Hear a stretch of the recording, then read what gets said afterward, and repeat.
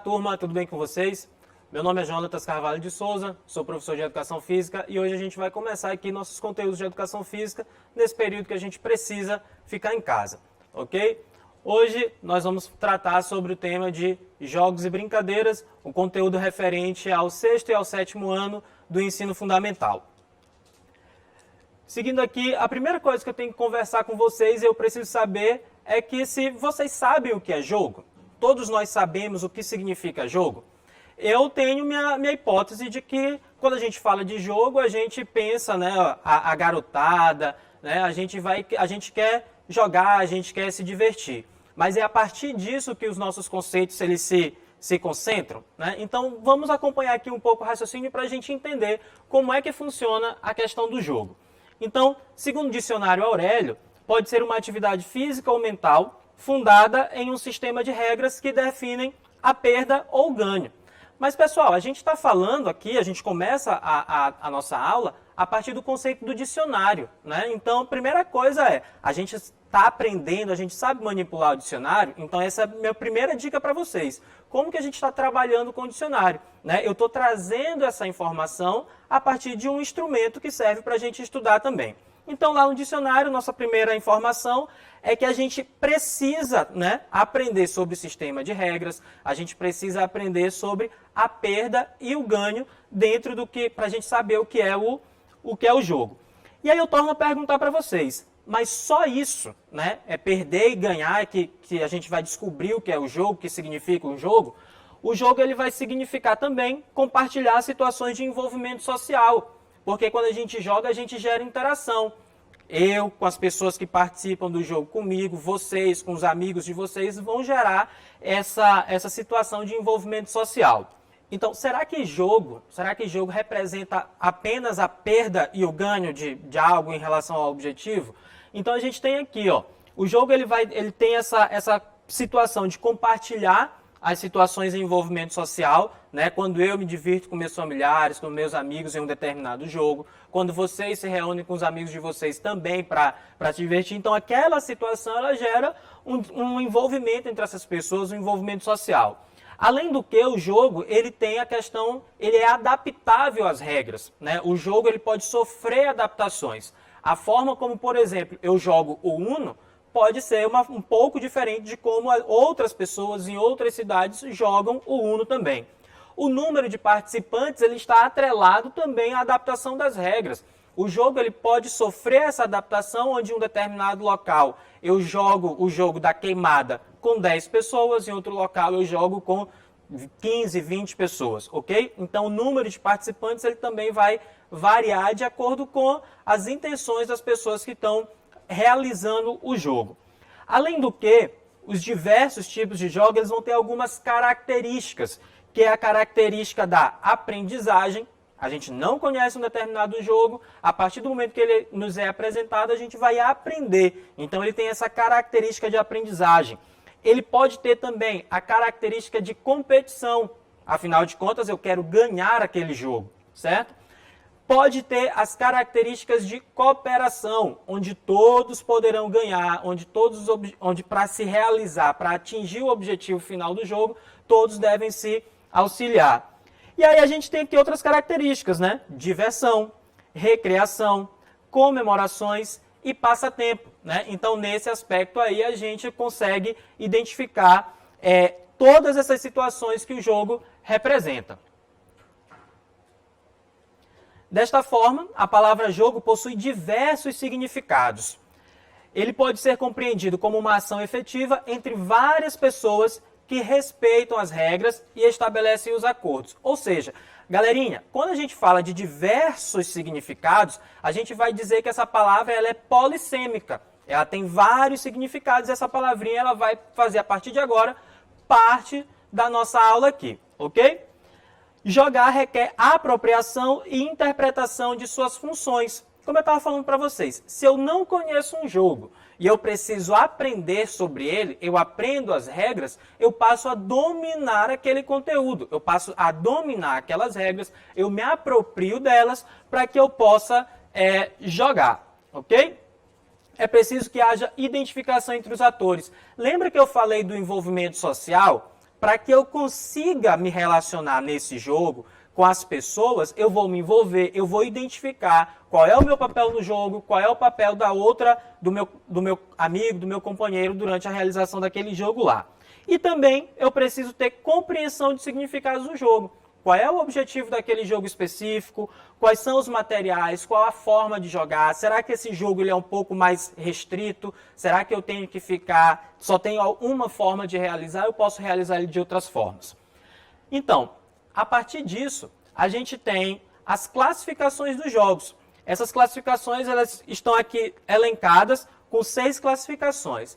É claro que para esse nosso momento a gente não tem condições de trazer todas as classificações de jogos existentes, mas aqui a gente traz algumas que inclusive eu acho que vocês já têm até conhecimento sobre isso. Então a gente tem os jogos intelectivos, os jogos motores, os jogos cooperativos, jogos eletrônicos, jogos de estratégia e os jogos populares. Os jogos intelectivos. O que significa esses jogos intelectivos? Eles são jogos que vão trabalhar, né, o nosso aspecto intelectual. Eles vão exigir um pouco mais do nosso raciocínio lógico, né? Por exemplo, o jogo do xadrez. O jogo do xadrez ele tem várias características que vão fazer com que quando a gente aprende esse jogo, a utilizar do nosso raciocínio, do nosso intelecto. Além do que, vários estudos, né, que a gente consegue encontrar bem fácil na internet, já provam o tanto que o jogo do xadrez consegue potencializar as diversas áreas do nosso conhecimento.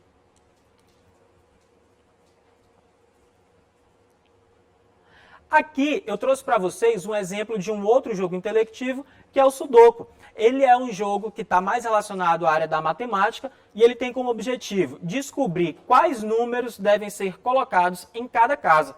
E não é permitido repetir números nas linhas, nem em cada quadrado menor dentro do grande quadrado.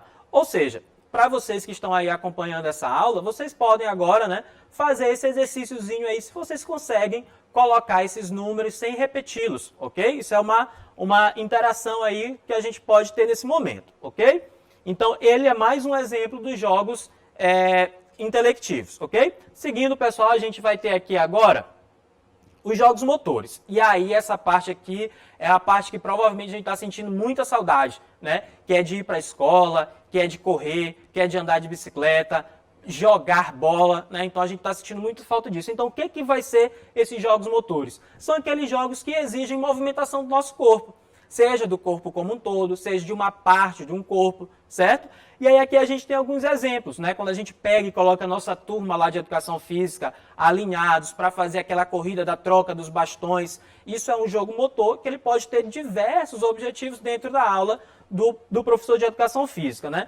Então, ele pode movimentar o corpo de uma forma geral, através de um jogo de corrida, ou ele pode movimentar apenas parte do corpo, né? Só braços, só pernas, e ele pode envolver diversas pessoas, tá? Os jogos motores, tudo bem? Vamos lá?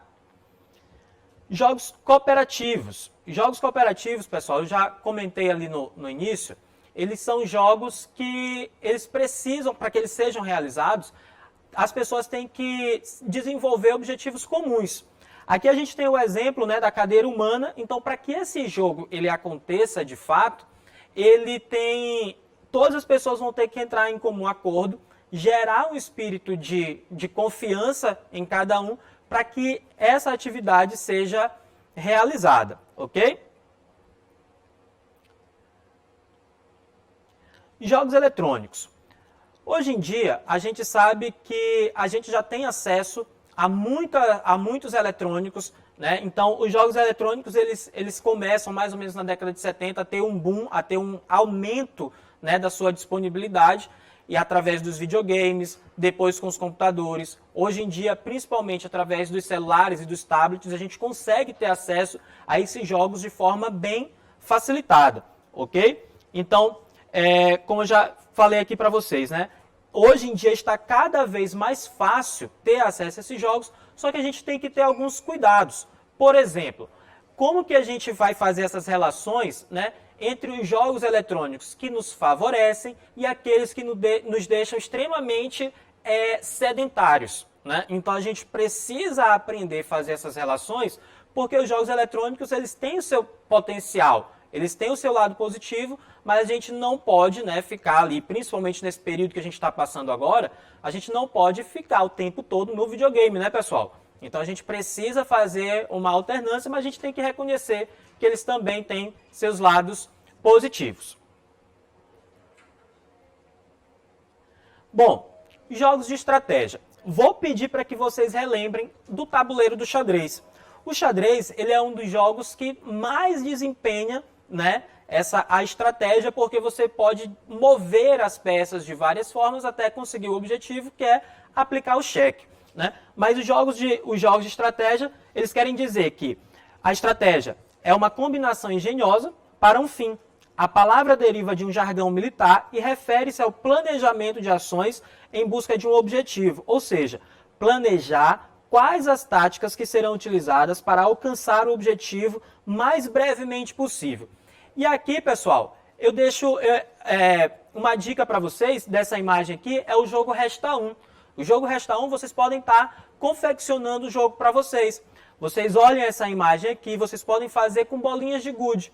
Papelão, bolinha de gude, vocês podem estar realizando e colocar desafios aí com seus irmãos, com seus pais, tá? Para vocês conseguirem fazer com que reste apenas uma bolinha no tabuleiro do Resta 1 de vocês, ok? E para ficar mais difícil, quem conseguir fazer com que reste um no pino central ali do tabuleiro, aí você é fera, entendeu? Bora lá! Jogos populares. Os jogos populares eles estão relacionados com as vivências da sociedade como um todo, né? Da população, das comunidades.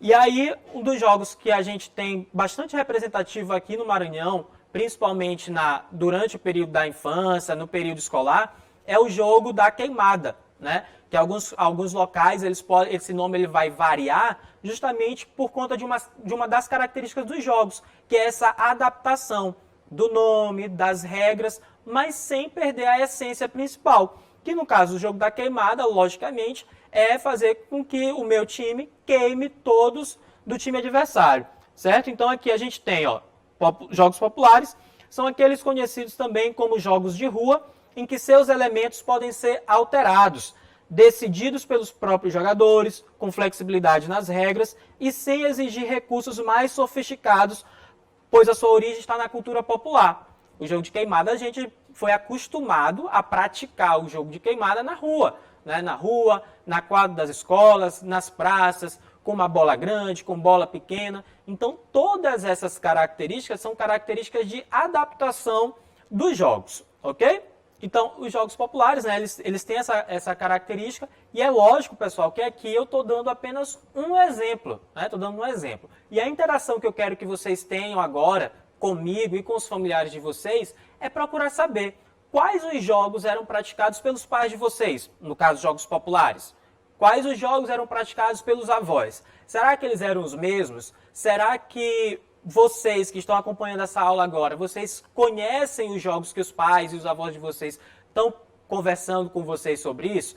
Por exemplo, durante a minha infância era muito comum a gente se reunir, as crianças da rua, para praticar a amarelinha, né? Então todas as crianças da rua se reuniam para praticar a amarelinha, para jogar a amarelinha. Uma própria brincadeira nossa aqui no estado do Maranhão, que é muito simples, mas que ela desenvolve o aspecto motor de forma exponencial, é a questão do elástico, né? Que a gente utilizava, pegava os elásticos lá da roupa, né? E aí a gente ia fazer os saltos. Então a gente pode associar isso de várias formas, porque os jogos eles nascem, né, dessa cultura, dessa adaptação dos materiais mais simples que a gente tem. Dando seguimento aqui à classificação dos jogos, pessoal, a gente tem os jogos populares, né? Os jogos populares são jogos que eles surgem, né, no seio popular, na cultura popular. E aí eles têm, lembra das características que eu falei, né, de adaptação, de regras, adaptação da quantidade de pessoas. Então, eles surgem na cultura popular a partir dessas características. Então, a gente tem vários exemplos de jogos populares. Por exemplo, o jogo de queimado, o pique-bandeira, a amarelinha. Então, todos esses jogos, eles são jogos que nascem da cultura popular, eles nascem com características diferentes, a partir de locais diferentes, mas sem perder a essência, né? O jogo da amarelinha, por exemplo, ele tem como objetivo você se equilibrar, sair de um estágio terreno e atingir o paraíso, né, que representa a amarelinha. Então você consegue trabalhar várias coisas no jogo da amarelinha. No pique-bandeira, por exemplo, você representa ali uma situação de guerra, né? Tanto o pique-bandeira, ou que aqui a gente chama de rouba-bandeira, você representa uma situação de guerra, disputa de território, onde você vai ter um objeto, um símbolo que representa a vitória, que no caso é a bandeira. Ok, pessoal? E aí, finalizando essa aula de hoje, o que a gente conseguiu apreender aqui? Qual era o nosso objetivo? Era notar que existe uma variedade, né, de jogos da cultura popular. E aqui a gente fez a apresentação desses jogos. De alguns jogos a gente conseguiu apresentar aqui. E aí eu pergunto para vocês, quais jogos vocês têm praticado? Quais jogos vocês praticavam antes de estar em casa e quais deles vocês continuam praticando, mesmo tendo que ficar em casa durante esse período? E aí eu pergunto para vocês, pessoal, dessa classificação que foi apresentada aqui, os jogos que vocês gostam de praticar, eles estão enquadrados nessas classificações? Se tiver, comenta com a gente aí, tá? E aí a gente vai tentando interagir, qualquer dúvida, entre em contato com a Seduc que a gente vai respondendo. Lembrando que os materiais, indicação de vídeos, vai estar tudo disponível na Seduc.